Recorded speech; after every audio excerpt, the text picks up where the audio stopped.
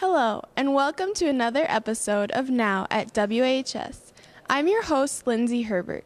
In this edition of our program highlighting student activities at Washington High School, we'll look in on the Warrior Olympics now going on at WHS, preview the spring play Alice in Wonderland going on through Saturday, and learn about a special presentation made by the Augustana Trombone Choir.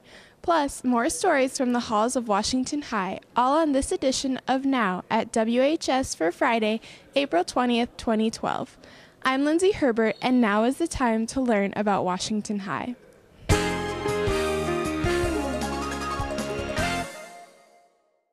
Drama students at WHS will take to the stage as Alice in Wonderland continues tonight at 7 p.m. in the auditorium.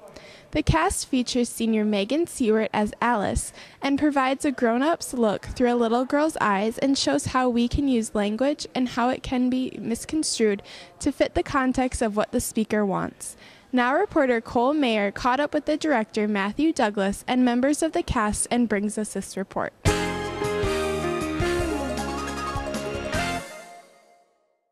Hi, I'm now reporter Cole Mayer here with director of Alice in Wonderland, Matt Douglas. How has rehearsals gone so far? I think rehearsals has gone fine for the most part. I mean, we have a lot of students involved, so it's a lot of activity backstage and in the hallways, going on and off stage. So for the most part, gone all right. I mean, we have a lot of underclassmen that are just learning the ropes, but that's what these are for. So I think they've gone very well. Okay, and what is your favorite part of the play? That's a tough question. We're implementing black lights for the first time. So I kind of am leaning towards those scenes, I guess. We have a few of them that implement black light. I guess one of my favorites is the Tweedledee Tweedledum scene, where we first meet Tweedledee and Tweedledum in black light. I think it's a nice effect on those. Okay, thank you. Yep. Hi, I'm here with senior Megan Seward, who plays Alice in Alice in Wonderland. What is your favorite part of the play? My favorite part is the last scene in Act 1, and all the characters are on stage, well, most of them, and it's really fun to interact with everyone.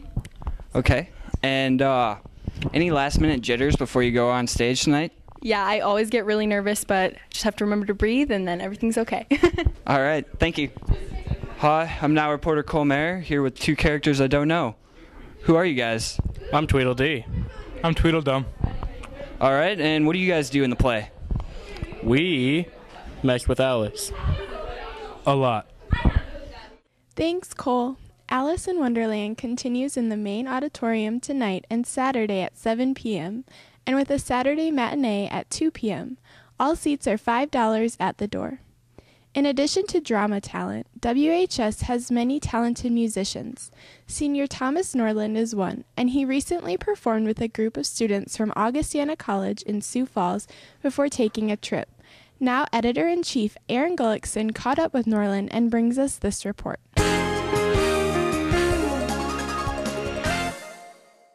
Hi, I'm now reporter Aaron Gullickson here with senior Thomas Norland, who recently took a trip to Washington, D.C. with Augustana's Trombone Choir. What is the group that you're a part of? The Augustana College Trombone Choir. All right, and why are you involved? I was involved because my private teacher invited me to come play with the group. All right, and what have you done with this group? We played three school concerts, one at Lincoln, one at Washington, and one at Baltic, and we traveled to Washington, D.C. for the Eastern Trombone Workshop. All right, and what was the highlight of this trip for you? Probably performing out at ETW in front of everybody and getting gasps of amazement from the audience after we played the Dies Irae. All right, thank you very much. Yep.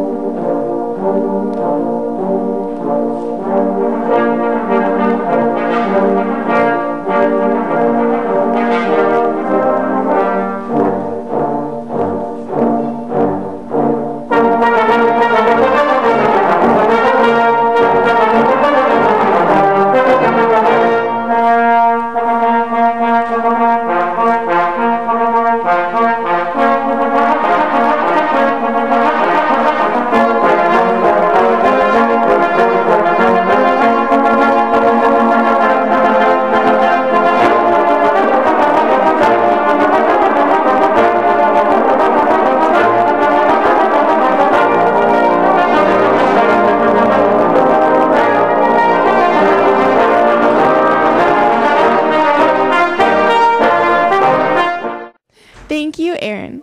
We'll hear from you again in a bit.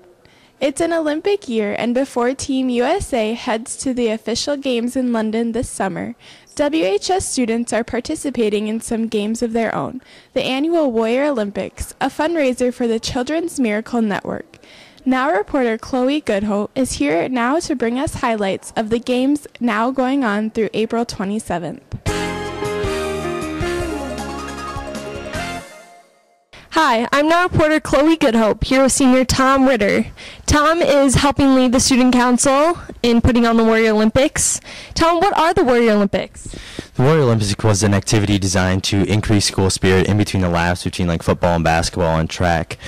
So there'll be a series of games consisting from flag football to volley fest to duct tape wars and other activities like that. Thanks.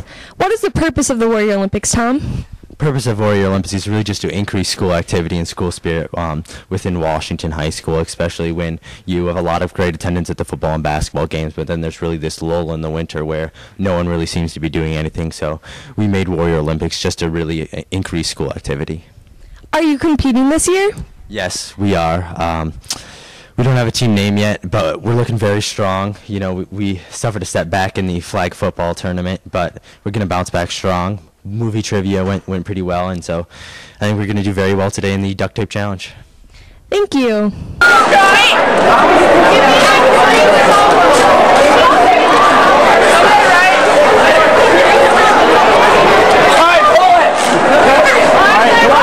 good. He's good. That team's a cheer.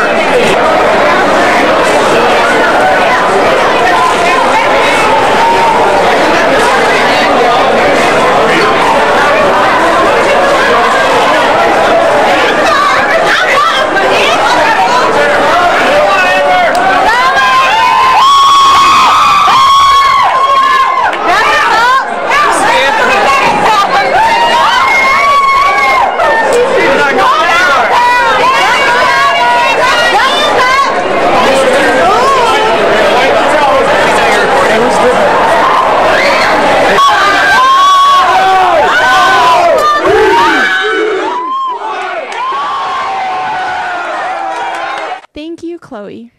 Now, let's go to the halls of WHS to find out what's on the mind of a few warriors.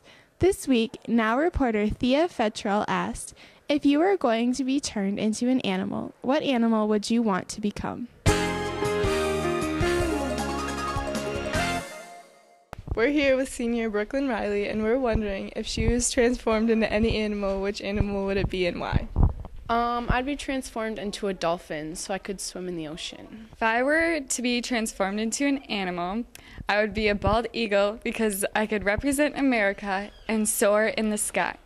We're here with Trey Chris Peterson, and we're wondering if he gets transformed into any animal, what is it going to be and why? I would be a tiger because they're vicious. I'd like to be a cheetah because they can run fast.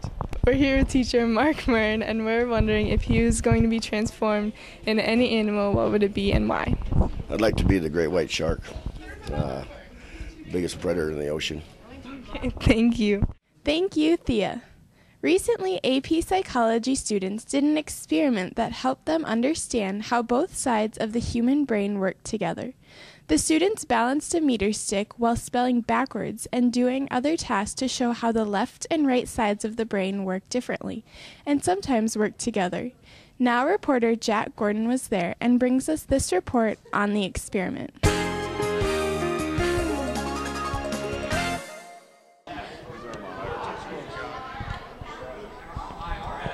Mark will know, Emily knows. Aaron Gullickson will know. I don't talk about this one until it's done. I'm here with senior psychology student Mark Nashadowitz. Mark, what were you focusing on today and what were you learning in psychology class? Today we were focusing on our coordination and holding up the ruler, and we try to do it as long as we can using certain parts of our brain. What is the challenge with trying to use both parts of your brain as you go through an exercise like this? It's difficult because we have to try to spell words backwards as we balance it on our finger. So you have to try to do it both at the same time. It's pretty difficult. Thanks, Jack. The 2012 Pulitzer Prizes were announced last week with a few surprises. No award for fiction was presented for the first time in 35 years. Before the final voting took place, Randall Beck, president and publisher of Argus Leader Media in Sioux Falls, came by the school to talk to accelerated English and journalism students about the awards. Beck is one of 20 members of the nationwide board that presides over the judging process that results in the Pulitzer winners, and let the students in on the little-known inside story of the process. Now, Editor-in-Chief Aaron Gullickson caught up with Beck and brings us this report.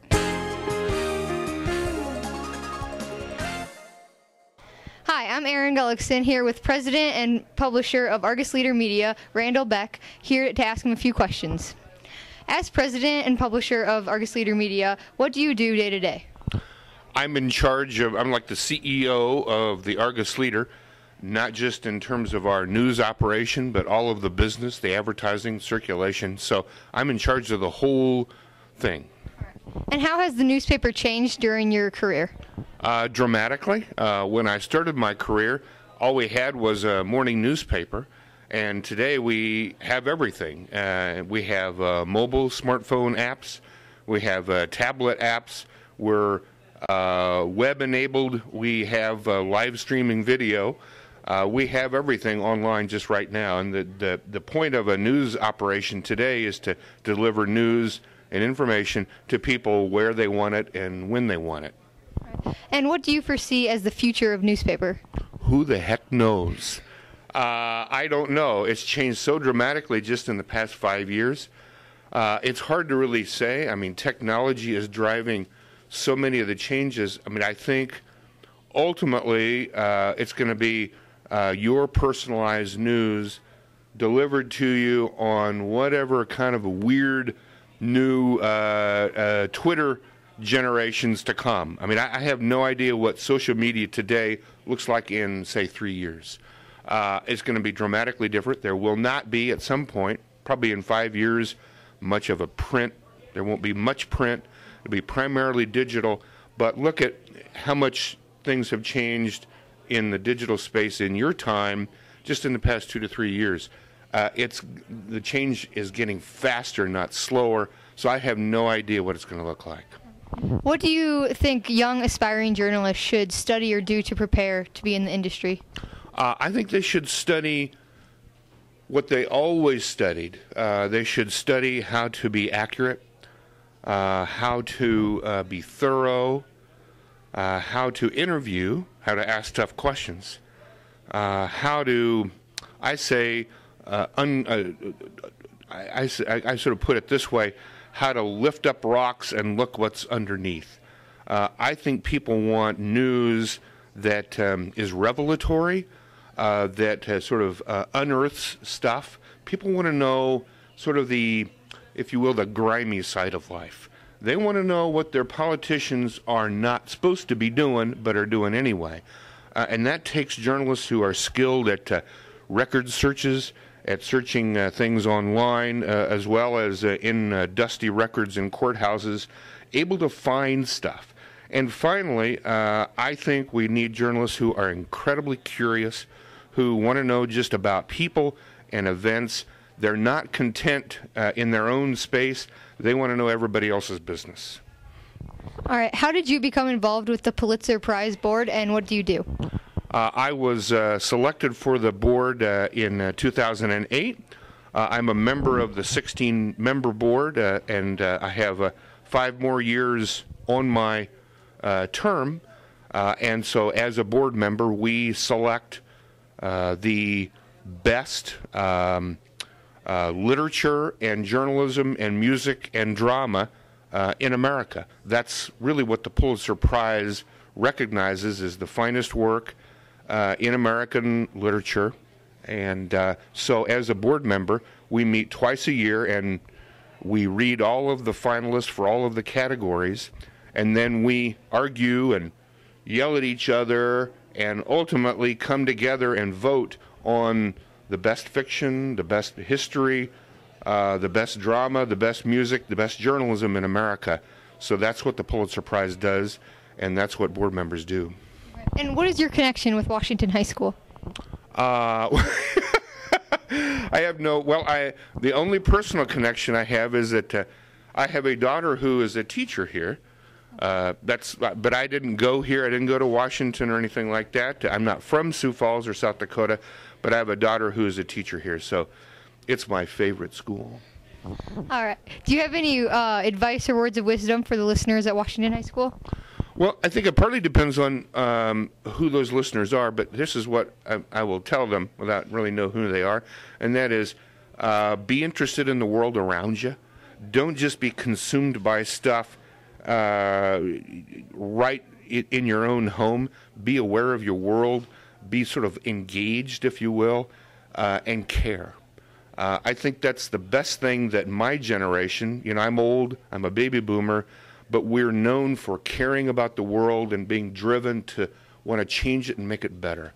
And I think that's what students today, I see that in 16, 17, 18-year-olds today, is desire to make the world better around them. And I think that if you can get kids who care about their world and want to make it better and have a heart for improving and aren't satisfied with what they see around them, everything else falls into place. Thank you very much. You're welcome. Thanks again, Aaron. We're not done with you yet. We'll see you again in a few moments as part of this week's Chalk Talk. Up next, both Warrior basketball teams wrapped up their seasons at their respective state tournaments last month, and now sports editor Ty Wiley is here to sum up those events, as well as bring us a look at spring sports now underway. Take it away, Ty. Hi, I'm Ty Wiley, and this is Chalk Talk. As the spring sports season is well underway, the baseball, tennis, and track teams all have a good start to their respective seasons. The Warrior baseball team is under new leadership with Coach Chris Janish now at the helm. The Warriors are 6-2, most recently defeating Mitchell Tuesday 6-0. Senior Jack Gordon took the mound and controlled the game, allowing 0 runs and only 4 hits.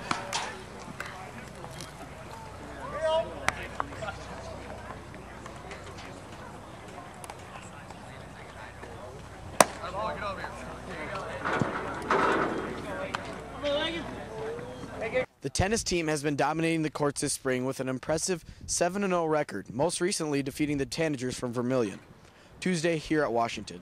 Seniors Connor Teason, Dobby O'Donnell, Scott Miller, Dylan Zastro, Luke Halfman, along with freshman Nate Ackert, are all off to great starts.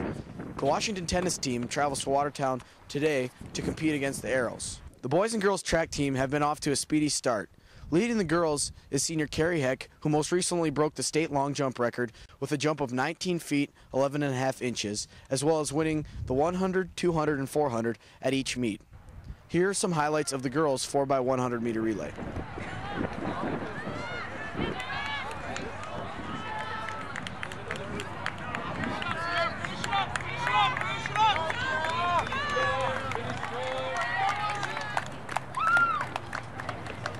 For the boys, senior Alex Waddell is running well in the middle distance races, most recently clocking a 1 minute, 53 second 800 at O'Gorman.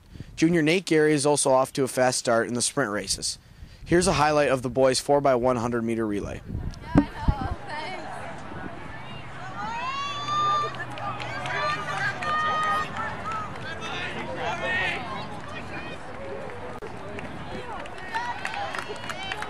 Though basketball has been over for quite some time, the Highway Basketball League capped off with their March Madness as the Channel 4 News team, who consists of Washington seniors, took home their 3rd straight title in Highway competition.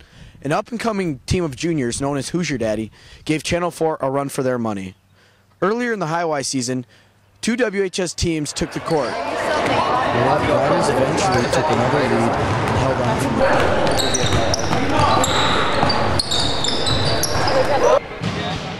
I'm here with senior honor roller Jordan Rissy. Jordan, how do you think the game went as a team?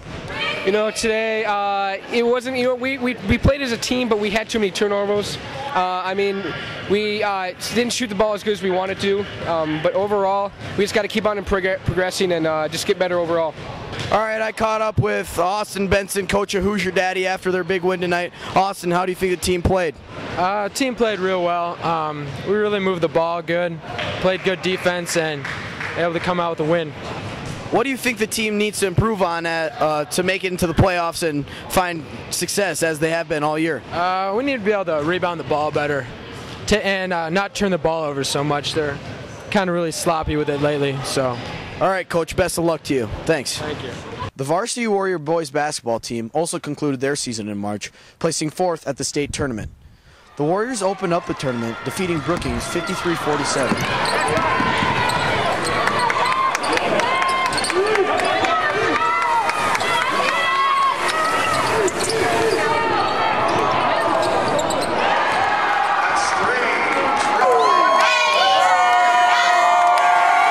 In the second game, the Warriors fell to crosstown rival O'Gorman, who went on to win the championship.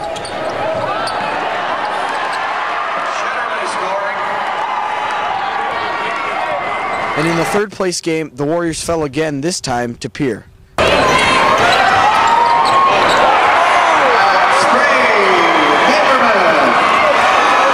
The Lady Warrior basketball team looked to finish their season as champions for the 3rd time in 5 years, but fell just short, losing to the Mitchell Colonels 56-54. In the opening round, WHS defeated O'Gorman 44-39 to advance. WHS then took on Brandon Valley, winning 61-50. Senior Aaron Gullickson caught up with Nate Malchow after the game. Hi, I'm now reporter Aaron Gullickson here with basketball coach Nate Malchow, talking about the girls' basketball season this year. How do you think the season this year went as a whole? Well, we're very proud of our kids. You know, the season was a very successful one. These kids accomplished a lot of their goals. They won the Greater Dakota Conference Championship. I believe that was the 4th time in the last 5 years that our kids have won that. We were fortunate to win the district championship again for the 5th straight year, and it was also our 5th straight state tournament. When we got to the tournament this year, our kids finished 2nd, gave Mitchell, who was the #1 team pretty much the whole year, gave them a great battle, and were able to cut it close at the end, but we came up short. But we're just very proud. Our staff is very proud of our kids. They represented Washington High School very well. They represented Sioux Falls and the east side of Sioux Falls very well too. So a lot of goals were accomplished this year, and we look forward to next year. But for the time being, we just feel very good about these kids in the 2011-2012 season. All right, and then how do you feel about the seniors that are leaving this year? Well, a lot of contributions from our 4 seniors. You look at Sarah Zerpel, Jessica Carson, Taylor Gackle, Hannah Weber, Kaylin Ragsdale, and Emily Morris were our managers too. But all of those kids gave tremendous contributions to our program, put in a lot of time, and a fun senior season for them, and a fun way to end because they were able to play in a state tournament and accomplish a lot of their goals. All right, and how do you feel about next year's season? We're very excited. We have a lot of kids coming back. These kids are going to have to work during the off season. Nothing is given to our kids in our program, and I think they realize that now too. They know that they have to have a good work ethic in the off season. They have to put in time to get themselves better as individuals, and also put in the time to get our group better as we become more cohesive as we get into next year. But we're certainly looking forward to. We have a lot of good players coming back, and we're very excited about some of our newcomers that will be in our program as well. All right, thank you. I'm Ty Wiley, and this is Chalk Talk. Thank you, Ty and Aaron. We just heard from girls basketball coach Nate Malchow. While that interview was being conducted, Malchow got a pleasant surprise. Fellow WHS staff members presented Malchow with a large number of diapers and other baby accessories. Malchow's wife recently gave birth to a new baby, which joins his family that also includes young twins, making the donation one he could really use. Here's a quick look at the surprise. You gotta be kidding. What's this?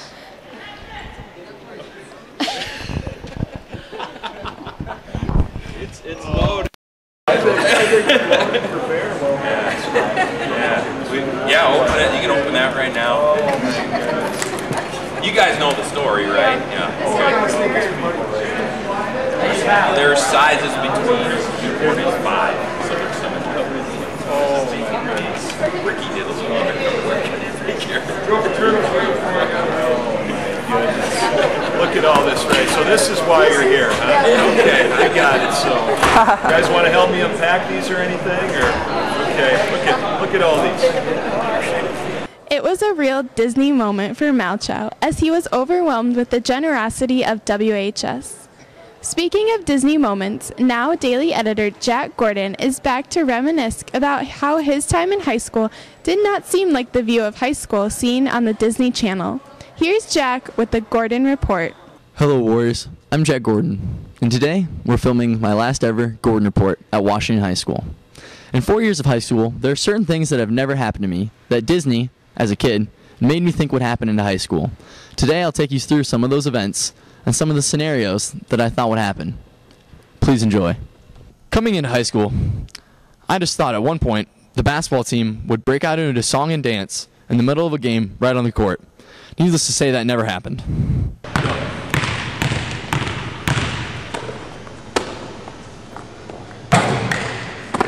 Don't be afraid to shoot that outside, Jay. Gotta get your head in the game. Gotta get your head in the game. Gotta get your head in the game. Gotta get your head in the game. Another misconception I had about high school was always getting with the cheerleaders under the bleachers between classes. Yeah. Hey, cutie. Another misconception about high school is that at one point in a gym class, you will be annihilated at one time by a dozen dodgeballs.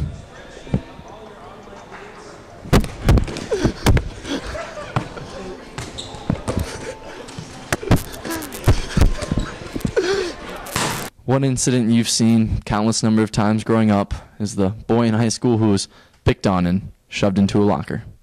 That happens too often in high school movies. Hey, freshman. Hey. Is this your locker, freshman? No. Well, it is now. It's a good thing that in the halls of Washington High School, bullying and acts like being shoved into a locker never occur. All these incidences are common misconceptions about high school and in no way actually reflect reality. Another note, bullying is never acceptable and should never happen at high school. With that, I'm Jack Gordon, and that was the last Gordon Report.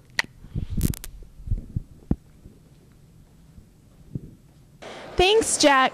I will try to make your day more like one from High School Musical in the future. That's it for this edition of Now at WHS for Friday, April 20th, 2012. I'm glad you could join us, and I invite you to keep up with all that is going on at Washington High each and every day at the website of this program and our award-winning daily newspaper, The News of Washington. Visit the website anytime at WHSnow.com. Our next episode on May 11th will be our annual Next Generation video, featuring the talent that will make this show work into the future. That means this is my last episode of Now at WHS, and I would like to take this opportunity to say thank you to Mr. Luth, my parents, and Cole Mayer. For the final time, I'm your host, Lindsay Herbert. Thanks for watching the Now at WHS. Goodbye. Go Warriors!